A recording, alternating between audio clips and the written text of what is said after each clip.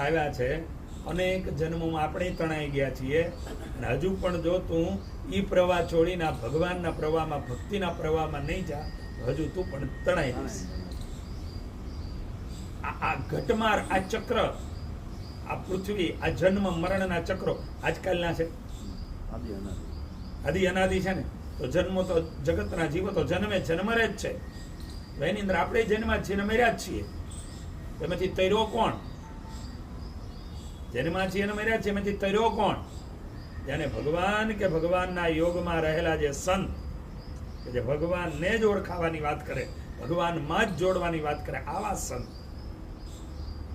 ભગવાન કે ભગવાનના સંત, એના યોગમાં રહીએ અને એ કહે ધર્મ નિયમ પ્રમાણે, આજ્ઞા ઉપાસના નિયમ નિશ્ચય, એ પ્રમાણે આપણે આપણું જીવન જીવીએ અને ઉગારીએ તો આપણે ઉગરીએ છીએ. એ પ્રમાણે જીવન જીવીએ તો આપણે ઉગરીએ છીએ.